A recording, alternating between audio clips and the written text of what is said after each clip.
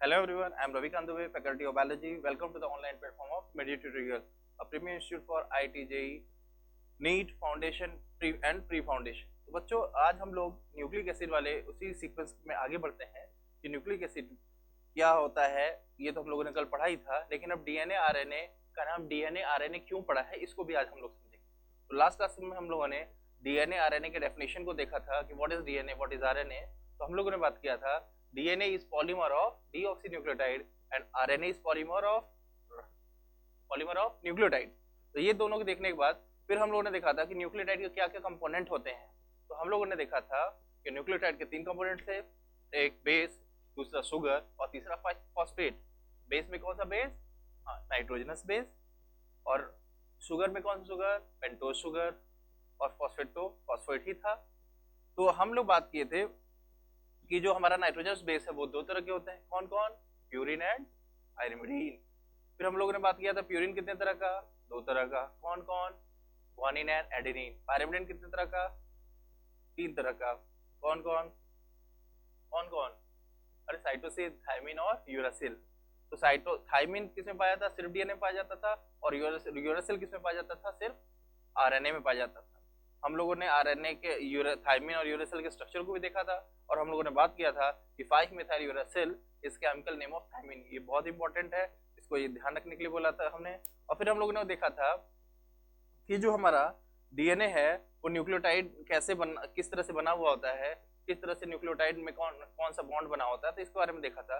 हम लोगों ने एक चीज को ध्यान रखा था कि जो जब भी डीएनए का स्ट्रैंड बनता है तो उसमें फॉस्फेट फ्री है तो 5' एंड है, और OH फ्री है तो कौन सा एंड है? 3' एंड है। हम लोगों ने ये भी देखा था कि शुगर जब आपके नाइट्रोजन बेस से बॉन्ड बनाता है तो उसको बोलते हैं एन ग्लाइकोसिडिक बॉन्ड, और शुगर जब फॉस्फेट से बॉन्ड बनाता है तो उसको क्या बोलते हैं हम लोग? Ester bond. और दो न्यूक्लियोटाइड के बीच में एक फॉस्फोडाइस्टर बॉन्ड होता है। हम लोगों ने वहां फार्मूला को सीखा था कि क्या क्या कौन से फार्मूला यूज करके एक डीएनए का, अगर डीएनए है, डीएनए की लॉन्ग चेन है, उसमें अगर एन नंबर ऑफ न्यूक्लियोटाइड है तो हम उसमें कैसे पता करेंगे, हम लोग कि कितने नंबर ऑफ फॉस्फोडाइस्टर बॉन्ड है। तो उसी सीक्वेंस हम लोग आगे बढ़ते हैं और ये जानने की कोशिश करते हैं कि डीएनए का नाम डीएनए क्यों पड़ा। डीएनए का नाम डीएनए इसलिए पड़ा क्योंकि डीएनए में शुगर क्या है? डीऑक्सीराइबो। डीऑक्सीराइबो शुगर है, और ये न्यूक्लियस में पाया जाता है। अरे डीएनए न्यूक्लियस में पाया जाता है, और नेचर कैसा होता है? एसिडिक या बेसिक? एसिडिक नेचर का होता है। हम लोगों ने बात किया था एसिडिक क्यों होता है? Due to phosphate group. तो न्यूक्लियस में पाया जाता है और एसिडिक नेचर होता है, इसलिए नाम क्या पड़ा? Deoxyribo nucleic acid. और आरएनए केस में बात करें तो इसका नाम क्या है? राइबो शुगर है, और ये भी न्यूक्लियस में पाया जाता है, तो नाम क्या पड़ा? D ribo ribo nucleic acid. ठीक है, और इसलिए कलेक्टिवली दोनों को हम लोग न्यूक्लिक एसिड कहते थे। लेकिन आप लोगों से अगर पूछा जाए कि डीएनए आरएनए सेल में पाया कहां जाता है, तो मोस्ट ऑफ द बच्चे डीएनए तो बता देते हैं, लेकिन आरएनए की केस में थोड़ा फंस जाते हैं। तो देखिए, एक बार नीट में आपको क्वेश्चन आता है which of the following have do not have DNA. तो आप ध्यान रखेंगे कि डीएनए सेल में पाया कहां जाता है। सबसे पहले हमारा डीएनए पाया जाता है हमारे न्यूक्लियस में। कहां पाया गया? न्यूक्लियस में। ये देखिए हमारा डीएनए है न्यूक्लियस। उसके अलावा डीएनए कहां है? उसके अलावा कहां डीएनए है? माइटोकॉन्ड्रिया में है। उसके अलावा कहां है? प्लास्टिड में है। ध्यान दीजिएगा, माइटोकॉन्ड्रिया में भी डीएनए पाया जाता है और प्लास्टिड में भी डीएनए पाया जाता है। ठीक है, लेकिन एक बात ध्यान रखने की बात है, जो माइटोकॉन्ड्रिया में डीएनए है वो सर्कुलर होता है, और जो प्लास्टिड में भी डीएनए होता है वो भी सर्कुलर होता है। ध्यान रखेंगे। तो हमारे सेल में डीएनए कहाँ कहाँ पाया गया? न्यूक्लियस में पाया गया, माइटोकॉन्ड्रिया में पाया गया, प्लास्टिड में पाया गया। और जो हमारे न्यूक्लियस में डीएनए होता है वो थ्रेड लाइक होता है, और जो हमारा माइटोकॉन्ड्रिया प्लास्टिड में डीएनए होता है वो सर्कुलर होता है। और ये भी, लेकिन सारे डीएनए जो भी होंगे, चाहे सर्कुलर हो चाहे लॉन्ग थ्रेड लाइक हो, सब डबल स्टैंडर्ड होंगे। और ये भी ध्यान रखनी छोटी सी बात, जो माइटोकॉन्ड्रिया का डीएनए होता है उस डीएनए के साथ हिस्टोन प्रोटीन होता है। हिस्टोन प्रोटीन क्या होता है, इस सीक्वेंस में हम लोग आगे जब डीएनए के पैकेजिंग पढ़ेंगे उसमें हम लोग बात करेंगे। लेकिन माइटोकॉन्ड्रिया और प्लास्टिड का जो डीएनए होता है, इस डीएनए के साथ नॉन हिस्टोन प्रोटीन होता है। हिस्टोन नॉन प्रोटीन, हिस्टोन और नॉन हिस्टोन प्रोटीन से फर्क क्या पड़ा कि जो प्रोकैरियोटिक वर्जन का डीएनए होता है उसमें नॉन हिस्टोन प्रोटीन पाया जाता है। आप लोगों ने सेल पढ़ लिया होगा क्लास 11th में, तो वहां बताया जाता है जो प्रोकैरियोटिक सेल में डीएनए होता है उस डीएनए के साथ नॉन हिस्टोन प्रोटीन पाया जाता है, और यूकैरियोटिक सेल में जो डीएनए होता है वो डीएनए के साथ हिस्टोन प्रोटीन पाया जाता है। तो नॉन हिस्टोन प्रोटीन का ये बता रहा है कि ये दोनों का जो डीएनए है वो प्रोकैरियोटिक ओरिजिन का है। तो फिलहाल बेसिक क्वेश्चन आपको ये याद रखना है कि प्रोकैरियोटिक सेल में भी डीएनए होता है जिसमें नॉन हिस्टोन प्रोटीन पाया जाता है, और हमारे यूकैरियोटिक सेल में डीएनए कहाँ कहाँ होता है, 3 जगह होता है, न्यूक्लियस में, माइटोकॉन्ड्रिया और प्लास्टिड में। न्यूक्लियस में थ्रेड लाइक और माइटोकॉन्ड्रिया प्लास्टिड में कैसा, सर्कुलर। और ध्यान रखेंगे अगर आपसे यही पूछा जाए कि सेल में आरएनए कहाँ कहाँ पाया जाता है, बताइए जरा। तो डीएनए को पता चल गया, डीएनए पता चल गया, तो हमको पता चलना चाहिए आरएनए कहाँ कहाँ पाया जाता है। तो जहां जहां डीएनए होता है वहां वहां आरएनए होता है, तो जहां जहां डीएनए वहां वहां आरएनए। तो हमको ये ध्यान रखना है कि हमारे हम ये बोल क्यों रहे हैं पहली बार, क्योंकि आगे हम लोग पढ़ेंगे एक सेंट्रल डोग्मा, तो वहां हमको बताया जाता है कि डीएनए से बनता है हमारा आरएनए। आरएनए कौन, आरएनए मोस्टली एमआरएनए लिखते हैं, लेकिन कोई भी एमआरएनए, कोई भी आरएनए बन सकता है। इस प्रोसेस को बोलते हैं हम लोग ट्रांसक्रिप्शन। क्या बोलते हैं, ट्रांसक्रिप्शन। एमआरएनए से प्रोटीन का बनना क्या कहलाता है, एमआरएनए से प्रोटीन का बनना कहलाता है ट्रांसलेशन। तो डीएनए से एमआरएनए बनना ट्रांसक्रिप्शन, एमआरएनए से प्रोटीन बनना ट्रांसलेशन, और डीएनए से डीएनए का फॉर्मेशन कहलाता है रेप्लिकेशन और डुप्लीकेशन। ध्यान देंगे, तो जहां जहां डीएनए है क्या वहां से आरएनए बनेगा कि नहीं, देखिए जो ऑरेंज कलर का दिखा रहा है आरएनए है, तो यहाँ डीएनए तो यहाँ भी आरएनए बनेगा, यहाँ भी डीएनए तो यहाँ भी आरएनए बनेगा। तो जहां जहां डीएनए वहां वहां आरएनए तो होगा। उसके अलावा आपके साइटोप्लाज्म में भी आरएनए मिलेगा। क्यों, क्योंकि डीएनए से आरएनए जब बनता है तो वो साइटोप्लाज्म में भी आता है, साइटोप्लाज्म में मूव कर रहा होता है, क्योंकि प्रोटीन बनाने का काम एमआरएनए पे ही प्रोटीन बनता है, या आरएनए से ही प्रोटीन बनना है। तो आरएनए जहां रहेगा वो प्रोटीन बनाएगा, तो हमारे साइटोप्लाज्म में प्रोटीन की रिक्वायरमेंट होती है, तो यहाँ भी आरएनए से प्रोटीन बनने का प्रोसेस होता रहता है, इसलिए यहाँ भी आरएनए पाया जाता है। तो डीएनए हमारे सेल में 3 जगह, आरएनए हमारे सेल में 4 जगह, कहाँ कहाँ, न्यूक्लियस में, माइटोकॉन्ड्रिया में, प्लास्टिड में और साइटोप्लाज्म में। इसको भी आप लोग ध्यान रखेंगे, ठीक है। चलिए, तो इसके आगे हम लोग बढ़ते हैं इसी सीक्वेंस में कि अब हम लोग डीएनए का न्यूक्लियोटाइड और न्यूक्लियोसाइड की नेमिंग करेंगे। तो हम एक बात समझते हैं, ये न्यूक्लियोटाइड क्या होता है, हम लोग कल बात किए थे। न्यूक्लियोटाइड क्या होता है, न्यूक्लियोटाइड 3 चीजों से मिलकर बना है, नाइट्रोजन बेस और क्या, पेंटोज शुगर और क्या है, फॉस्फेट। और ध्यान देंगे एक होता है न्यूक्लियोसाइड। देखिए न्यूक्लियोसाइड क्या है, न्यूक्लियोसाइड में नाइट्रोजन बेस, पेंटोज शुगर, ये दोनों मिला क्या हो गया, न्यूक्लियोसाइड। अब जैसे ही नाइट्रोजन बेस पेंटोज शुगर में हम फॉस्फेट जोड़ देंगे, वो क्या हो जाएगा, न्यूक्लियोटाइड। ऊपर वाला जो देख रहे हैं, नाइट्रोजन बेस पेंटोज शुगर और फॉस्फेट में तीनों को जो मतलब तीनों मिला दिया जाए तो न्यूक्लियोटाइड होगा। तो न्यूक्लियोटाइड को क्या हम न्यूक्लियोसाइड प्लस फॉस्फेट बोल सकते हैं, ये भी एक फॉर्मूला बन जाता है। चलिए, तो ये आप समझ गए।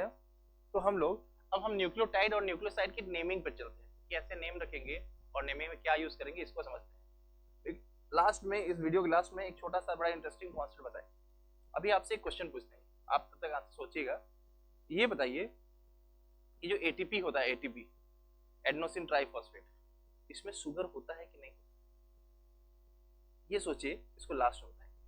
अगर शुगर होता है तो कौन सा होता है, नहीं होता है तो बात ही खत्म, ठीक है। चलिए, तो हम लोग आगे बढ़ते हैं इसमें कि हमारा ये इधर लिखते हैं हम लोग नाइट्रोजन बेस, इधर लिखते हैं शुगर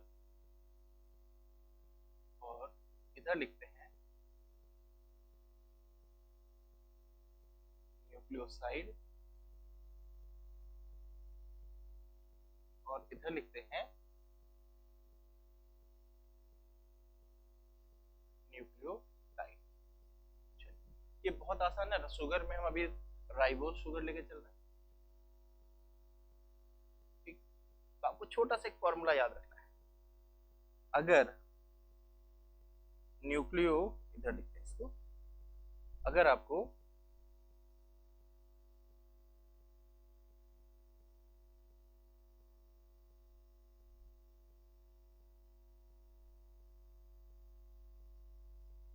न्यूक्लियोसाइड की नेमिंग करनी है तो आपको लिखना है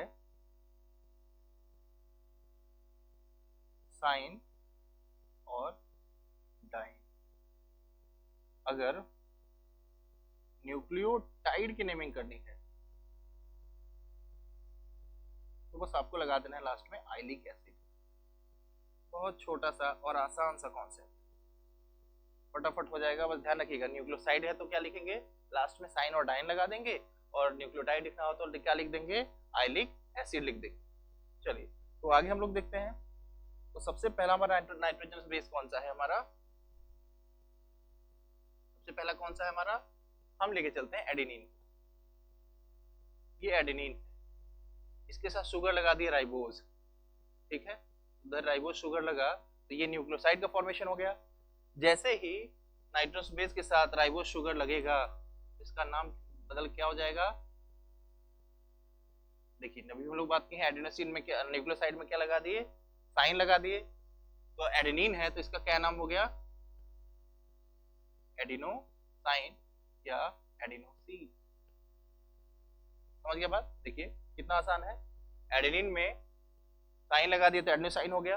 अब इसको न्यूक्लियोटाइड में बोलना है तो आइलिक एसिड लगा दें तो क्या हो जाएगा, ये आप लोग बताइए जरा, एडिनाइलिक एसिड। ये खत्म हो गया। ये दूसरे पढ़ते हैं हम लोग, ग्वानिन।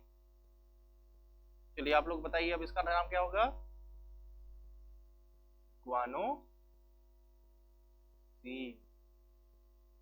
और नाम क्या हो गया ये, ग्वानाइलिक एसिड। समझ गए आप लोग। चलिए तीसरा बताइए आप लोग इसका, ये है साइटोसिन। साइटोसिन देखिए लास्ट में साइन पहले से लगा हुआ है, तो साइन है तो साइन को हटा के जगह उसके जगह क्या देंगे, डाइन लगा देंगे। तो क्या होगा ये, साइटिडाइन या साइटिडीन। अब इसका न्यूक्लियोटाइड बनाएंगे तो क्या बन जाएगा, साइटिडाइलिक एसिड। चलिए चलिए हम लोग अब बढ़ते हैं, थाइमिन लिखते हैं यहाँ पे। थाइमिन के क्या हो जाएगा, यहाँ लिख देंगे थाइमिडीन, और इसका नाम क्या हो जाएगा, थाइमिडाइलिक एसिड। वेरी गुड, सीख रहे हैं आप लोग। लेकिन ये पॉसिबल नहीं है, ठीक है। तो ये क्यों पॉसिबल नहीं है बताइए जरा। हम लोग पहले ही बात किए थे, क्या बात किए थे, अरे थाइमिन सिर्फ डीएनए में पाया जाता है, और डीएनए में कौन सा शुगर होता है, डीऑक्सीराइबोज। यहाँ कौन शुगर है, राइबोज है। तो राइबोज है तो थाइमिन की जगह क्या होगा, यूरासिल होगा। ध्यान रखिएगा, ये छोटी छोटी गलतियां हैं। यूरासिल, तो यूरासिल से क्या हो गया, यूरिडीन हो गया। यूरिडीन हो गया तो यहाँ नाम क्या पड़ जाएगा, यूरिडाइलिक एसिड। छोटी छोटी बातें हैं, यहाँ बच्चे फंस जाते हैं, ध्यान रखेंगे। ये क्या हो गया, यूरिडाइलिक एसिड। चलिए, तो ये था। तो आप लोग सोच रहे हैं सर ये तो राइबोज शुगर है, ये तो आपका आपने आरएनए के बारे में तो बात किया है, तो डीएनए के बारे में करना होगा तो क्या करेंगे, बस कुछ नहीं करेंगे, छोटा सा एक काम है।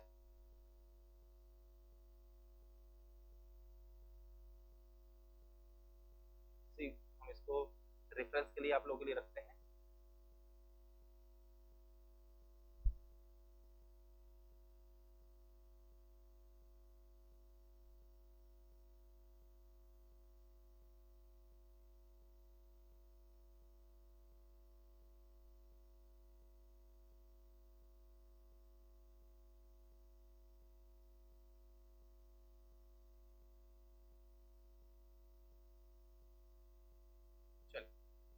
हम लोग फिर से वही कॉन्सेप्ट लेके चलते हैं।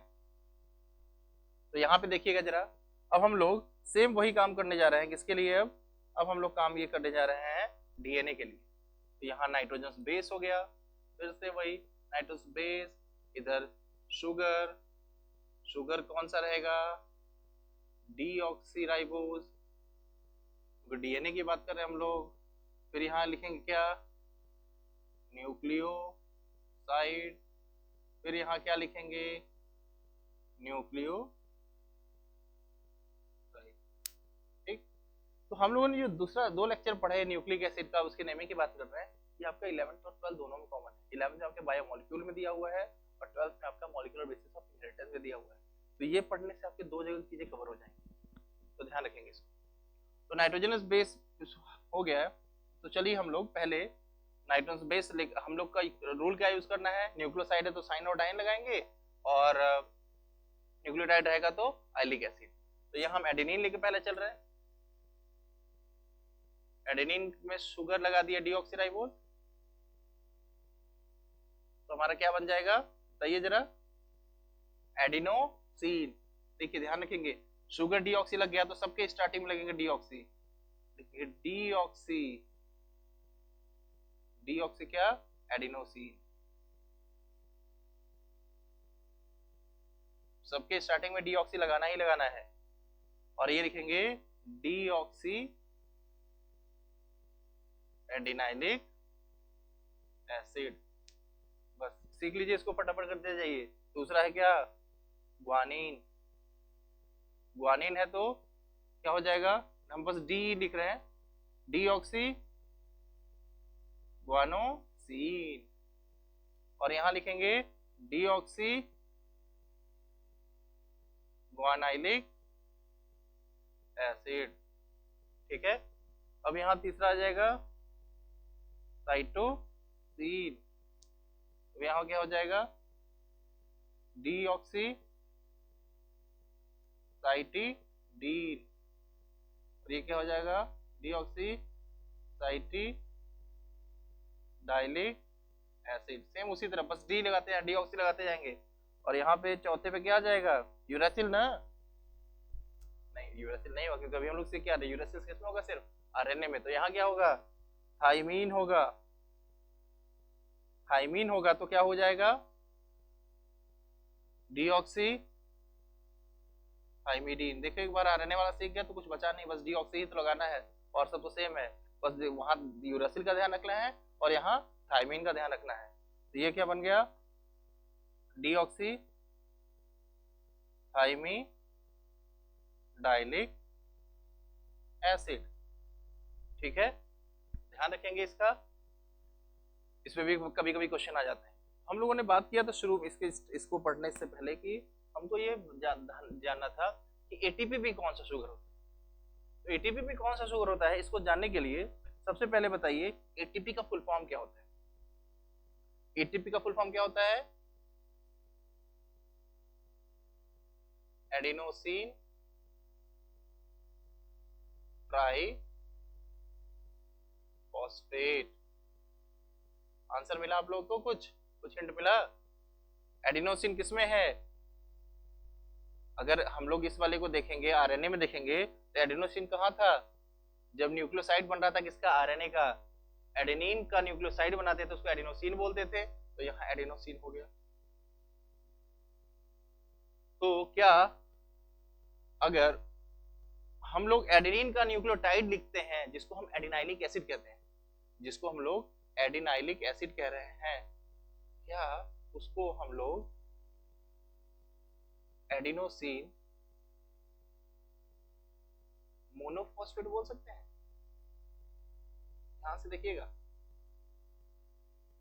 अरे न्यूक्लियोसाइड में एक फॉस्फेट जोड़ते थे तो न्यूक्लियोटाइड बन जाता था, तो एडिनोसिन में एक फॉस्फेट जोड़ते थे तो एडिनाइलिक एसिड बन जाता था। क्या एडिनाइलिक एसिड को एडिनोसिन मोनोफॉस्फेट बोल सकते हैं, या इसको शॉर्ट में एएमपी बोल सकते हैं कि नहीं? जब इसको एएमपी बोल सकते हैं तो 2 फॉस्फेट जुड़ गया तो एडिनोसिन डाइफॉस्फेट बोल सकते हैं। 3 फॉस्फेट जुड़ गया तो क्या एडिनोसिन ट्राइफॉस्फेट बोल सकते हैं? कुछ इस तरह से एक पी लगा दिए, 2 लगाना है तो 2 पी लगा दिए, 3 लगा दिए, एडिनोसिन ट्राइफॉस्फेट हो गया कंप्लीट। तो adenosine monophosphate, adenosine diphosphate, adenosine triphosphate. तो एडिनोसिन में कौन सा शुगर था? राइबोस शुगर था। एटीपी में कौन सा शुगर? Ribose sugar. ध्यान रखिए, एटीपी में कौन सा शुगर? Ribose sugar. ये बता क्यों रहे हैं? जब आप लोग पढ़ेंगे रेप्लिकेशन, तो रेप्लिकेशन जब हम लोग कराते हैं, तो जब हम लोग पॉलीमराइजेशन स्टार्ट करते हैं, एक डीएनए की लॉन्ग चेन बनाना शुरू करते हैं, तो उस डीएनए की चेन बनाने के लिए हमको न्यूक्लियोटाइड भी तो चाहिए। तो न्यूक्लियोटाइड हमेशा ट्राइफॉस्फेट के फॉर्म में जाता है। जैसे हम एडेनिन लगाना है तो डीएटीपी जाएगा, deoxy adenosine triphosphate. Adenosine sugar हमेशा ट्राइफॉस्फेट के फॉर्म में जाता है। तो वहां आप आगे पढ़ेंगे कि जो जो ट्राइफॉस्फेट के फॉर्म में शुगर जाता है उसके दो पर्पस होते हैं, डुअल पर्पस होता है। पहला पर्पस क्या होता है? एंजाइम के काम करने के लिए सब्सट्रेट की तरह काम करेगा, और दूसरा वो जब एटीपी में से 2 फॉस्फेट निकलेंगे तो वो एनर्जी भी देगा पॉलीमराइजेशन के लिए। हाँ खैर, ये हम लोग न्यूक्लियोटाइड जब हम डीएनए रेप्लिकेशन पढ़ेंगे तो वहां बात करेंगे। फिलहाल ध्यान रखिएगा कि एटीपी में कौन शुगर? Ribose sugar. ठीक है, ये कैसे आया ये आपके सामने है, ध्यान रखेंगे। ये सारे बेसिक्स हैं जो मॉलिक्यूलर पढ़ेंगे तो आप वहां पे इसकी आपको बहुत जरूरत पड़ेगी।